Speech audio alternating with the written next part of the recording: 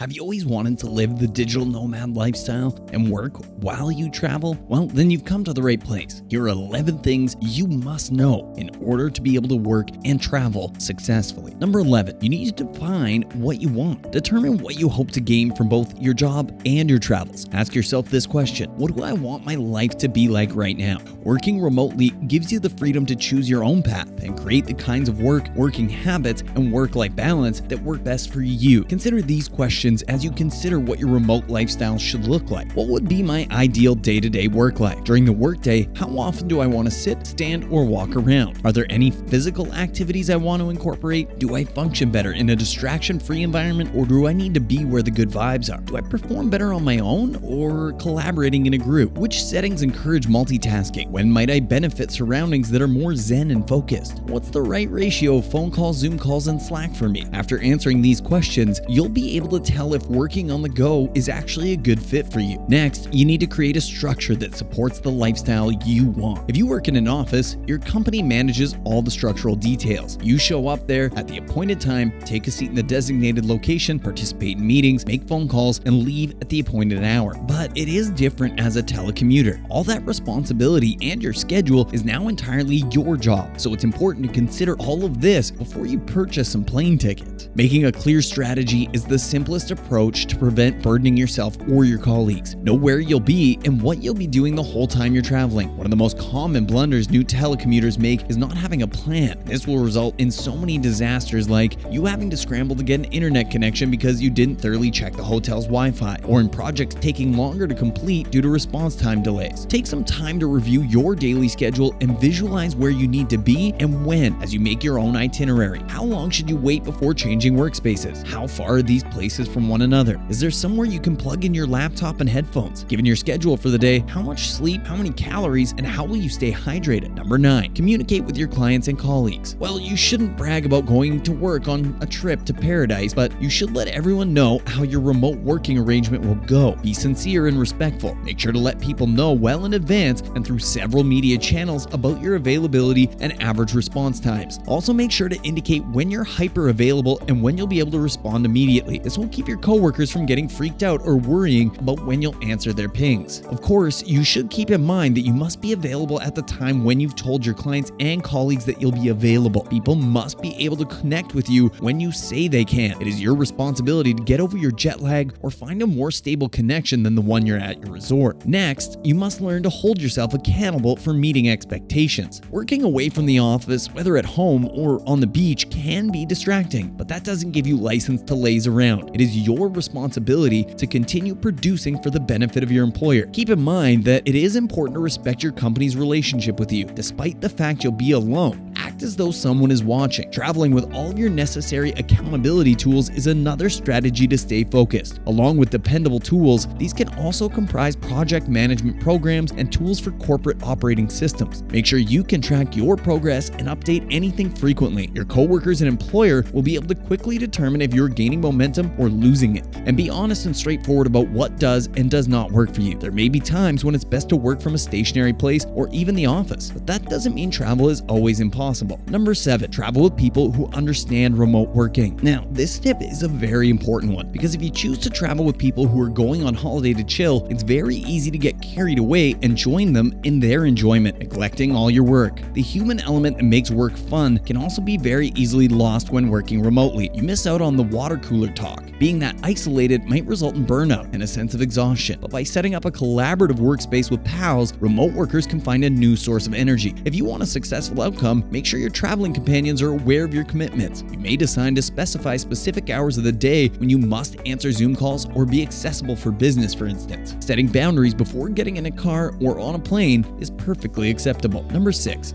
set aside time to explore. Don't forget to take breaks and set aside time to explore the place you're in. You can engage in fun activities with your friends, and this may be the ideal technique for you to unwind and rejuvenate so that you feel energized when you need to resume working. Take a break from the laptop during lunch. Go outside. and use your breaks to genuinely forget about your job. Don't waste a single second of your travel. Therefore, you may want to think about the location of your hotel or Airbnb. For example, if you only have a 1-hour lunch break, you can only visit nearby tourist attractions. As a result, you may select accommodations closer to the city or specific objects to explore. Don't be overly ambitious either. Since you're working, you should plan to stay 3 times as long as you would if you were just traveling. Otherwise, you'll be forced to miss out on some stuff. Next, try to find a co-working space. Working remotely can distract you and disrupt your focus. And this is even worse when you're traveling. It's possible that your environment shouts relax rather than work. As a result, you might consider visiting co-working places. With more people choosing remote work, they have grown in popularity over the years and will continue to be particularly widespread. No matter how far you've moved, you can always hunt for a co-working space. There are groups of individuals who come together in communities and in specially designed venues throughout the day to work together. Find out whether there is one in the place you're visiting. Coffee shops are welcoming and warm, but there's always a danger that during working hours you won't be able to focus and be productive there. So co-working environments make you feel more professional, boost productivity, and facilitate networking. These places are also excellent for establishing business connections. Number 4, bring backup headphones. You should probably bring headphones on your trip if you need a quiet space to work on your computer. However, make sure you always have a spare pair of headphones in case you misplace them after a relaxing day at the beach. Since you'll likely have to move around and work in various situations, noise-canceling headphones are fantastic for remote work. If you are working remotely while traveling, make sure you have your headphones with you at all times. Number 3, always have a backup plan for everything. You may have all you need for a hassle-free journey and work, but what if your laptop malfunctions and all your data is lost? You must be ready for such mishaps in advance. Find out if getting a new computer abroad is possible. And as a backup, you should also bring your own extra devices like phones, tablets, and chargers. Additionally, have a few ways to contact your colleagues. Slack or Microsoft Teams